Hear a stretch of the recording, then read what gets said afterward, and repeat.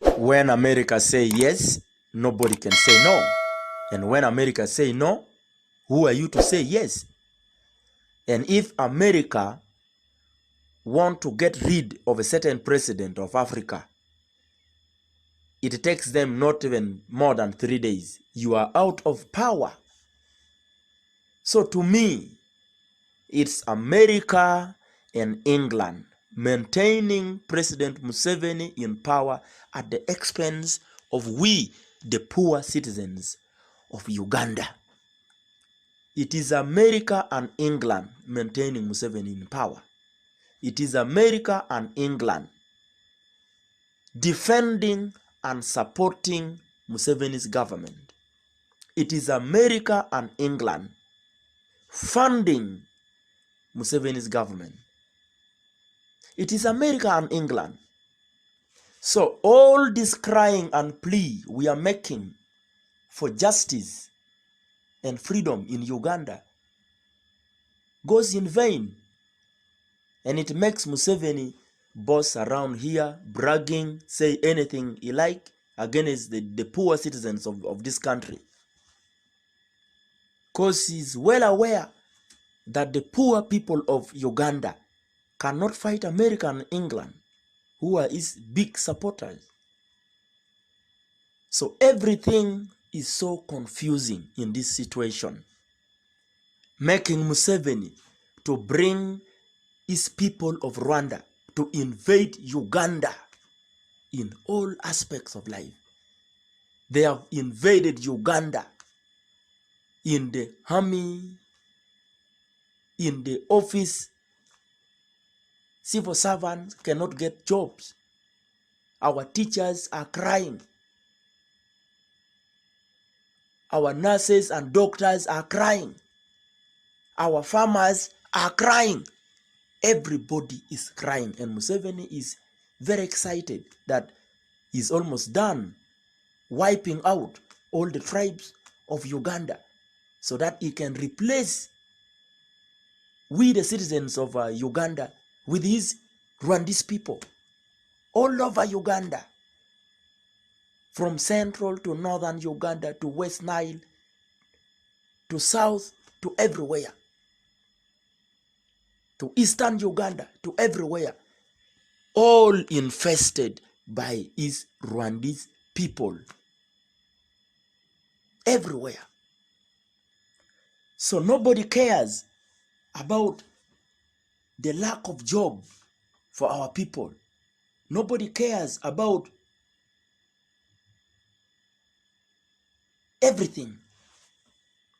Nobody cares about the death of our citizens in the country, Uganda. Nobody cares about anything. And for sure, Museveni is the worst leader I have ever seen in my life. Museveni said Amin was a dictator. But I think Museveni, not even thinking, Museveni, I can confirm, he is worse than Amin. The worst dictator of all time. The worst leader of my time. Museveni is a great killer, a great liar, a great dictator, worse than Amin.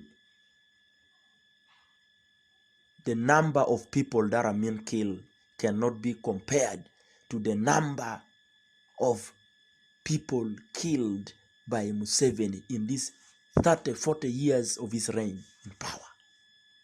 And for your information, my analysis tells me that even people who died during Obote time, all these great people who died during Obote time, people who died during Amin and Tito Okello Lutwa's time, all these key people, both in the army and in government, most of these people were eliminated by Museveni himself, because he already had a very stupid ill plans against Ugandan citizens since he was looking for leadership in Uganda.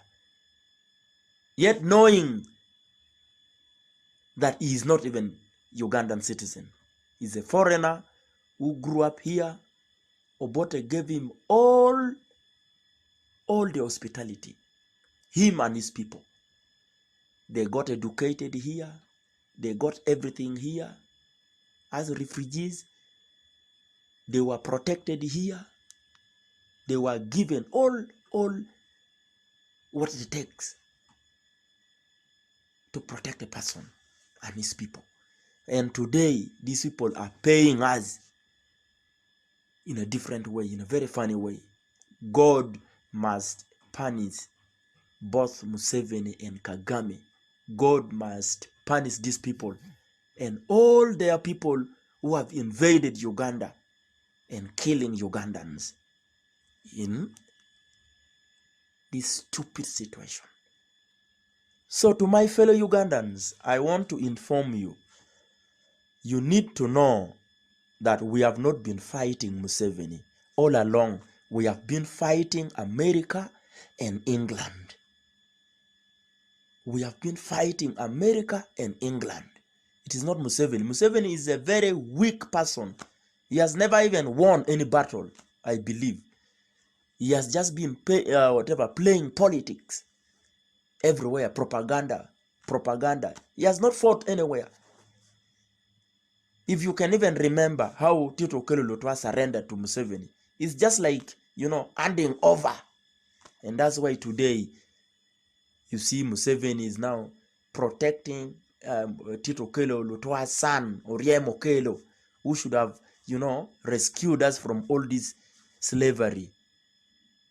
Most of them decided to work with Obibi, the evil man, against his own people. Shame. What a shame. By the way, I need to remind you, Ugandans, of all the fake statements that President Museveni made in the past. Those are evidences that shows clearly that he's an evil man with evil plans against our country, Uganda. Bosmic Otim is my name. For anyone who wants to know who is talking, it's me, Bosmic Otim. I don't fear to expose Museveni more and more till our country, Uganda, is free from these thieves, killers, these wolves. My Ugandan people, I hope you remember all those fake statements by President Museveni that he made in the past. In 1981, Museveni said, Obote has reached my vote, and so I am going to the bush to fight his government out. In 1986, Museveni said, Africa's problem is not poverty, but leaders who are overstaying in power. In 1987, Museveni said, I will not preside over a country where a person is killed or tortured and I don't know who the offender is. That was Museveni's statement by then. In 1995, Museveni said, this constitution is the best in the world, and if anyone tries to tamper with it, I will go back to the bush. In 1998, Museveni fooled Ugandans by saying, I will retire next year.